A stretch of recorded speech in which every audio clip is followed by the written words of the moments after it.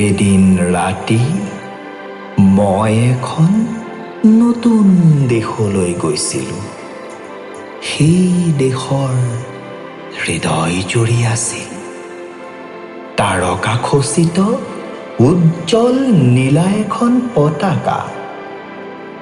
সাগৰৰ বতাহ আহি পতাকাখনত ঢৌ তুলিছিল, প্ৰেমৰ কোমল ঢৌ।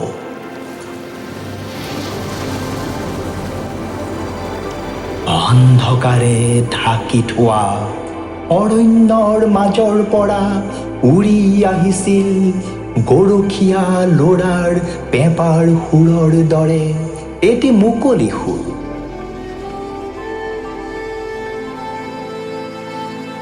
সেই সুৰ শুনি আহত পশুৰ দৰে মই লৰি পলাই আহিছিলোঁ মোৰ দেশলৈ।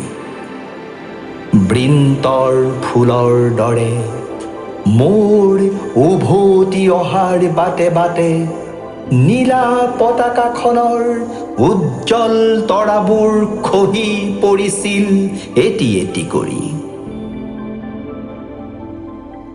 মোৰ দেশ, মোৰ স্বদেশ, মোৰ প্ৰথম প্ৰেমৰ উন্মেষ, তোৰ সাতসৰী যেন সাতোখন নদী।